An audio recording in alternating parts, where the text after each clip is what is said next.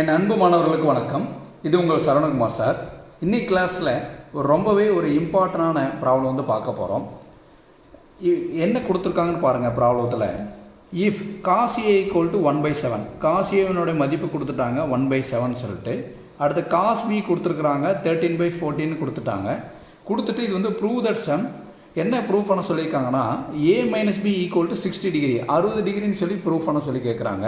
அடுத்து இந்த மாதிரி கூட கேட்கலாம் எக்ஸாமில், இல்லைன்னா இப்படி மாற்றி கேட்கலாம். இது வந்து டிகிரி ஃபார்மில் கொடுத்துருக்காங்க 60 டிகிரின்ட்டு. எக்ஸாமில் இது வந்து ரேடியன் ஃபார்மில் கூட கேட்கலாம். a minus B equal to π/3 60 degree கொடுக்காம π/3ன்னு கூட கேட்கலாம். சார் π/3 சார் என்னென்ன சார்னு கேட்டிங்கன்னா, பைங்கிறது ரேடியன், பையோட மதிப்பு வந்து பார்த்தீங்கன்னா 180 டிகிரி, பையோட மதிப்பு வந்து 180 டிகிரி. 180 டிகிரியை 3ஆல் டிவைட் பண்ணி பாருங்கள். 180/3 எவ்வளோ வரும்? 180/3 எவ்வளோ? 60 டிகிரி. அதுதான் a minus B equal to 60 degree. அது இது வந்து டிகிரி ஃபார்மெட்டில் கொடுத்துருக்காங்க, இது ரேடியனில். ஓகேங்களா? அப்போ வந்து என்னென்னா நம்ம வந்து 60 டிகிரின்னு சொல்லி நம்ம வந்து ப்ரூவ் பண்ணணும். இதுக்கு நம்ம என்ன பண்ணலாம், கிவன் டேட்டா வந்து ஃபஸ்ட் ஸ்டெப்பில் எடுக்கலாம். இப்போ வந்து எப்போயுமே இந்த ரெண்டாக வந்து இந்த மாதிரி ஸ்ப்ளிட் பண்ணி வச்சுக்கோங்க. கால்குலேஷன் பார்ட்டுக்கு வந்து ரொம்ப ஈஸியாக இருக்கும். ஃபஸ்ட்டு வந்து என்ன கிவன் எழுதலாம். கிவன் என்ன கொடுத்துருக்காங்க பாருங்கள். காஸ் ஏவனுடைய மதிப்பு வந்து 1/7, அதை பாக்ஸ் பண்ணி வச்சுக்கோங்க. அடுத்து என்ன கொடுத்துருக்காங்க, காஸ் பியினுடைய மதிப்பு 13/14 கொடுத்துருக்குறாங்க. இதையும் வந்து என்ன பாக்ஸ் பண்ணி வச்சுக்கோங்க. நம்மளுக்கு a மைனஸ் பின்னு கேட்டிருக்கிறாங்க. இல்லை சைன் ஆஃப் a மைனஸ் பியா காஸ் ஆஃப் a மைனஸ் பியான்னு எதுவுமே தெரியாது. வெரி a மைனஸ் பின்னு மட்டும் கேட்டிருக்காங்க பாருங்கள். வெரி a மைனஸ் பி வந்து 60 டிகிரின்னு ப்ரூவ் பண்ண சொல்லியிருக்காங்க. அப்போ நம்ம சைன் எடுக்கணுமா காசு எடுக்கணுமான்னு எதை வச்சு நம்ம தீர்மானம் பண்ணணும்னா கிவன் டேட்டா பார்க்கணும். கிவன் டேட்டாவில் என்ன கொடுத்துருக்காங்க, காஸ். இங்கே என்ன கொடுத்துருக்காங்க, இங்கேயும் காசு. அப்போ நம்ம என்ன எடுக்கணும்னா cos of a minus B தான் எடுக்கணும். சரிங்களா? அது செகண்ட் ஸ்டெப்பில் வரும், அதை நம்ம பார்த்துக்கலாம். அப்போ எந்த ஒரு ப்ராப்ளம் போடனாலும் மொத்தம் முக்கியமாக நம்மளுக்கு 4 வேல்யூ வேணும். என்னென்னா சைன் ஏ, அடுத்து சைன் பி, அடுத்து என்ன வேல்யூ தேவை, காஸ் ஏ காஸ் பி. இந்த 4 வேல்யூ தெரிஞ்சால் தான் நம்ம என்ன பண்ண முடியும், ஒரு ப்ராப்ளத்தை வந்து ஈஸியாக வந்து நம்ம சால்வ் பண்ண முடியும். இதில் 2 வேல்யூ அவங்களே கொடுத்துட்றாங்க. காஸ் ஏ காஸ் பி கொடுத்துட்டாங்க. நம்ம என்ன கண்டுபிடிக்கணும், சைன் ஏ சைன் பி கண்டுபிடிக்கணும். அதுக்கு ஈஸியாக ஒரு டெக்னிக் பார்க்கலாம். சைன் வந்தால் காசுன்னு கொடுங்க, காசு வந்தால் சைன் கொடுங்க. இங்கே காஸ் ஏன்னு இருக்குங்களா, நம்ம இங்கே என்ன கொடுங்க, சைன் ஏன்னு கொடுங்க. அதே மாதிரி இங்கே காஸ் பின்னு இருக்குங்களா, இதுக்கு ஆப்போசிட், காஸ்க்கு ஆப்போசிட் வந்தோன்னா சைன், அங்கே பி இருக்கனால பி கொடுத்துட்டோம். இதுக்கப்புறம் ஃபார்முலா ஈஸியாக வைக்கிறதுக்காக ஒரு ஹிண்ட் பார்க்கலாம். இங்கே ஸ்கொயர் ரூட் கொடுத்துருங்க, இங்கேயும் அதேமாதிரி ஸ்கொயர் ரூட் கொடுத்துருங்க. எப்பயுமே 1 மைனஸ், இங்கேயும் எப்பயுமே 1 மைனஸ் கொடுத்துட்டு இங்கே என்ன கொடுத்துருக்காங்க பாருங்களேன். இங்கே என்ன கொடுத்துருக்காங்க, காஸ் ஏ. அந்த காஸ் ஏவை இங்கே எழுதிடுங்க. எழுதிட்டு காஸ்க்கு முன்னாடி ஸ்கொயர் கொடுங்க. அதுதான் சைன் ஏவோட formula square root of 1 minus cos square a. புரியுதுங்களா? அப்போ நம்ம இங்கே என்ன எழுதுவோம், இங்கே என்ன இருக்குன்னு பாருங்கள், காஸ் பி இருக்குங்களா, இங்கே காஸ் பின்னு கொடுத்துருங்க. கொடுத்துட்டு இங்கே என்ன கொடுக்கணும், உள்ளே இங்கே ஸ்கொயர் கொடுக்கணும். புரியுதுங்களா? அப்போ sine B equal to square root of 1 minus cos square B. ஓகேங்களா? இப்போ இதுக்கு வேல்யூ சப்ஸ்டிட் பண்ணலாம். ஸ்கொயர் ரூட் அப்படியே வச்சுக்கோங்க. இங்கே சைன் ஏக்கு சைன் ஏ எழுதிடுங்க. ஸ்கொயர் ரூட் அப்படியே வச்சுங்க. இங்கே என்ன இருக்குது 1, இங்கே மைனஸ்க்கு மைனஸ்.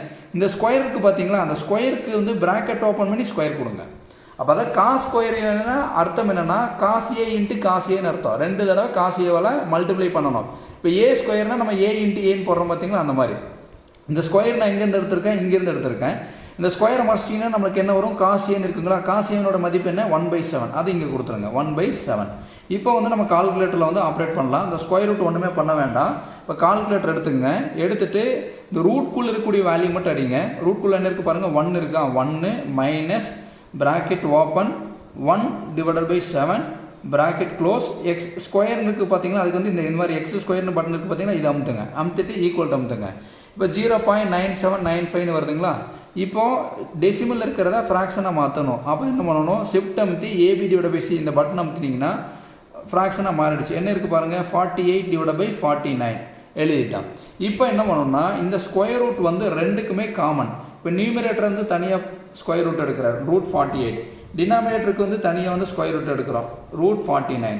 இப்போ இதை வந்து கால்குலேட்டரில் அடிக்கலாம். இப்போ கால்குலேட்டர் டைப் பண்ணும்போது பார்த்தீங்கன்னா √48 இந்த மாதிரி என்னென்ன டெசிமல் ஆன்சர் வருது. இப்போ அதை ஃப்ராக்ஷனில் வந்து மாற்றலாம். ஃப்ராக்ஷனில் மாற்றுறதுக்கு நம்ம என்ன பண்ணுவோம், ஷிஃப்ட் அமுத்தி ஏபி/சி அமுத்துவோம். அமுத்தினோம்னா என்னென்னா நம்மளுக்கு மாற மாட்டேங்குது. நல்லா பாருங்கள், ஷிஃப்ட்டுங்கிற பட்டன் அமுத்தி இந்த ஏபி/சி அமுத்தினா மாற மாட்டேங்குது.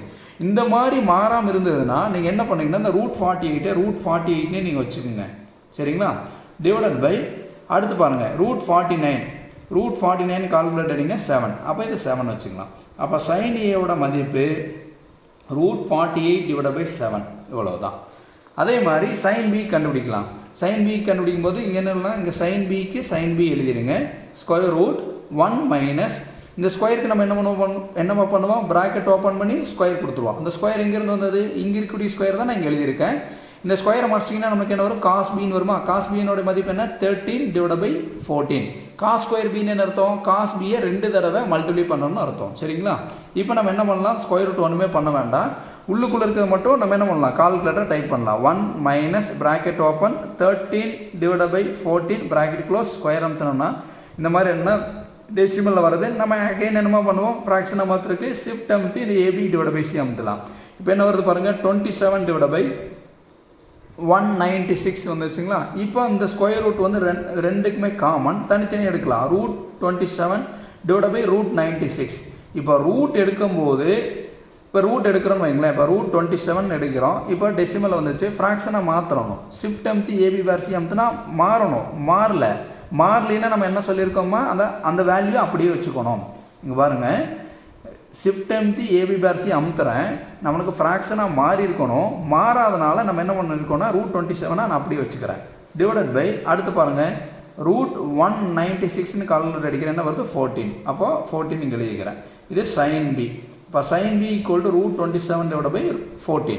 ஓகேங்களா. இதுக்கப்புறம் என்ன பண்ணணும்னா இப்போ செகண்ட் ஸ்டெப்பில் அவன் என்ன கேட்டிருக்காங்க பாருங்கள் a - b = 60 டிகிரி கேட்டிருக்காங்க. அதாவது a - b தான் கேட்டிருக்காங்க. ஆனால் நம்ம என்ன பண்ணோம் சைனாக காசான்னு மென்ஷன் பண்ணல. நம்ம என்ன சொல்லியிருந்தோம் காசு அதாவது கிவன் டேட்டா பார்க்கணும். கிவன் டேட்டாவில் இங்கேயும் காசு இருக்குது இங்கேயும் காசு இருக்குது. அப்போ கிவன் டேட்டாவில் காசு இருந்ததுன்னா ரெண்டு சைடு நம்ம என்ன எடுக்கணும் காசு எடுக்கணும். அப்போ வந்து cos of a - b formula தான் நம்ம யூஸ் பண்ணணுங்கிறத நம்ம தெரிஞ்சுக்கணும். இப்போ காஸ் ஆஃப் a - b ஃபார்முலாவுக்கு வந்து என்ன ஒரு ஹிண்ட் என்னென்னா ஈஸியாக ஞாபகிக்கிறதுக்கு காசுன்னு வந்துட்டால ஜோடி எழுதணும். CCSS எழுதிக்கணும். அடுத்து வந்து சைன் வந்து பார்த்தீங்கன்னா இங்கே மைனஸ் சைன் வந்ததுன்னா இங்கே ஆப்போசிட் சைன் யூஸ் பண்ணணும். மைனஸ்க்கு ஆப்போசிட் சைன் என்ன ப்ளஸ். ஓகேங்களா. எழுதிட்டு இங்கே ஏ இங்கே வந்து எப்போயுமே பி. அதே மாதிரி இங்கே ஏ இங்கே பி. அதாவது காசுன்னு வந்ததுன்னா ஜோடி எழுதணும். CCSS C ஃபார் சேஞ்சுன்னு ஞாபகம் வச்சுங்க. இங்கே மைனஸ் வந்ததுன்னா ப்ளஸ் கொடுங்க. அடுத்து வந்து என்னன்னா இங்கே ஏபி இங்கே ஏபின்னு கொடுத்துருவோம். இப்போ எஸ்னா சைனு சின்னா காசு. இப்போ எக்ஸ்பேண்ட் பண்ணலாங்களா. இப்போ காஸ் ஆஃப் a - b = சின்னு என்ன காஸ். அப்போ காஸ் மேலே என்ன இருக்குது ஏ. இது சிங்கிறது என்ன காஸ் மேலே என்ன இருக்குது பி. காஸ் ஏ காஸ் பி ப்ளஸ் எஸ்ங்கிறது என்ன சைன். சைன் மேலே என்ன இருக்குது பாருங்கள் ஏ சைன் ஏ. எஸ்ங்கிறது என்ன சைன் மேலே என்ன இருக்குது பாருங்கள் பி. அப்போ cos of a - b = cos A cos B plus sine A sine B. இதுதான் அதனுடைய formula. Cos of a - b formula கிடச்சிருச்சு. இப்போ இந்த ஃபார்முலாவில் வந்து நம்ம என்னென்னா தேவையான வேல்யூவில் சப்ஸ்டியூட் பண்ணலாம். இங்கே காஸ் ஆஃப் a - b அப்படியே வச்சுக்கோங்க. இங்கே பாருங்கள் என்ன இருக்குது காஸ் ஏ. காஸ் ஏயோட மதிப்பு எங்கே இருக்குது பாருங்கள். காசியோட வேல்யூ என்ன 1/7. அப்போ நம்மனா பிராக்கெட் ஓப்பன் பண்ணி 1/7 கொடுத்துறோம். அடுத்து காஸ் பி. காஸ் பியோட வேல்யூ என்ன கொடுத்துருக்காங்க 13/14. பிராக்கெட் ஓப்பன் பண்ணி 13/14 கொடுத்துறோம். நடுவில் என்ன இருக்குது ப்ளஸ். அடுத்து சைன் ஏ. சைனோட மதிப்பு பாருங்கள் √48/7. √48/7. அடுத்து சைன் பியோட மதிப்பு பாருங்கள். சைன் பியோட மதிப்பு √27/14. √27/14. √27/14. ஓகேவா. இப்போ நம்ம என்ன பண்ணோம்னா இது காஸ் ஆஃப் a - b அப்படியே வச்சுட்டு இங்கே என்ன இருக்கோ அதை அப்படியே கால்குலேட்டரை டைப் பண்ணுங்கள்.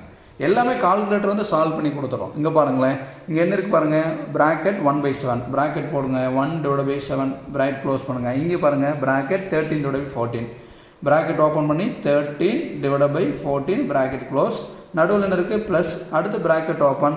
இங்கே எனக்கு ரூட் இருக்குது ஸ்கொயர் ரூட் இருக்குங்களா. அப்போ ஸ்கொயர் ரூட் பட்டன் இங்கே இருக்குது பார்த்தீங்களா ரூட் அமுத்தணும். அடுத்து என்ன இருக்குது 48. அப்போ 48 அமுத்தணும். அடுத்து டிவைடட் பை 7. அடுத்து டிவைடட் பைங்கிற சிம்பிள் அமுத்தி 7 அமுத்திட்டு பிராக்கெட் என்ன பண்ணணும் க்ளோஸ் பண்ணணும். க்ளோஸ் பண்ணிவிட்டேன். அடுத்து இங்கே என்ன பாருங்கள் பிராக்கெட் ஓப்பன் பண்ணியாச்சு. √27 ரூட்டுக்கு என்ன பண்ணணும் இதை இந்த பட்டன் பண்ணணும். ஸ்கொயர் ரூட் அமுத்தியாச்சு √27. அடுத்து என்ன இருக்குது பாருங்கள் டிவைடட் பை 14. டிவைடட் பை அமுத்தியாச்சு 14. அடுத்து என்ன பிராக்கெட் க்ளோஸ் பண்ணணும். க்ளோஸ் பண்ணியாச்சு. இப்போ என்ன பண்ணால் ஈக்குவல் அமுத்துனா 0.5. காஸ் ஆஃப் a - b யோட வேல்யூ வந்து 0.5. நீங்கள் இப்படியே வச்சுட்டாலும் கரெக்டு தான். இல்லை வந்து ஷிஃப்ட் அமுத்தி AB/C அமுத்தினாலும் 1/2. காஸ் ஆஃப் a - b = 1/2நாலும் கரெக்டு தான். 0.5நாலும் கரெக்டு தான். இப்போ வந்து என்ன காஸ் ஆஃப் a - b = 0.5 டெசிமலில் மாற்றினாலும் கரெக்டு தான். அவங்க 1/2ன்னு வச்சுட்டோம். இப்போ நம்ம என்ன பண்ணுறோம்னா இந்த காஸ் வேல்யூ இந்த சைடு கொண்டு போகிறேன். கொண்டு போகும்போது என்ன ஆகும்னா a minus B equal to இந்த காஸ் அங்கே போகும்போது காஸ் இன்வர்ஸாக மாறும். இந்த காஸ் இங்கே போகும்போது ரைட் ஹேண்ட் சைடு வந்து காஸ் இன்வர்ஸாக மாறிச்சு 1/2. இப்போ காஸ் இன்வர்ஸ் 1/2ன்னு சொல்லி கால்குலேட்டர் அடிக்கலாங்களா? காஸ் இன்வர்ஸ் வர்றதுக்கு நம்ம என்ன பண்ணணும்னா ஷிஃப்ட்டுங்கிற பட்டன் அமுத்திட்டு காசுங்கிற பட்டன் அமுத்துனா நம்மளுக்கு என்ன வந்துடும்னா காஸ் இன்வர்ஸ் வந்து வந்துடும். இப்போ ஷிஃப்ட்டுங்கிற பட்டன் எங்கே இருக்குது பாருங்கள், டாப்பில் இருக்கா? அந்த ஷிஃப்ட்டுங்கிற பட்டன் அமுத்திட்டேன். அடுத்து என்ன அமுத்தணும்? காசு அமுத்தணும். காசுங்கிற பட்டன் இங்கே இருக்கா? அமுத்தினா பாருங்கள் காசு இன்வர்ஸ் வந்துச்சுங்களா? வந்ததுக்கப்புறம் இங்கே என்ன இருக்குது பாருங்கள், ப்ராக்கெட் ஓப்பன் பண்ணி 1/2 ப்ராக்கெட் க்ளோஸ் பண்ணி ஈக்குவல் டு அமுத்தினா என்ன வருது 16 வந்துருச்சு. அப்போ a minus B equal to 60 டிகிரின்னு சொல்லி நம்ம வந்து ப்ரூவ் பண்ணியாச்சு. இதுதான் வந்து என்ன ப்ரூவ் பண்ண சொல்லி கேட்டிருந்தாங்க. இங்கே பாருங்களேன், a minus B equal to 60 டிகிரின்னு ப்ரூவ் பண்ணணும். ப்ரூவ் பண்ணியாச்சு பார்த்தீங்களா? இப்படி இதனால இதுதான் கரெக்டு தான். இல்லது a minus B equal to π/3. π/3ங்கிறது இது வந்து டிகிரியில் கேட்டிருக்காங்க, இது வந்து ரேடியனில். பையோட மதிப்பு 180, 180/3 போட்டிங்கன்னா 60 டிகிரி, கரெக்டுங்களா? அப்போ a minus B equal to 60 டிகிரின்னு ப்ரூவ் பண்ணியாச்சு.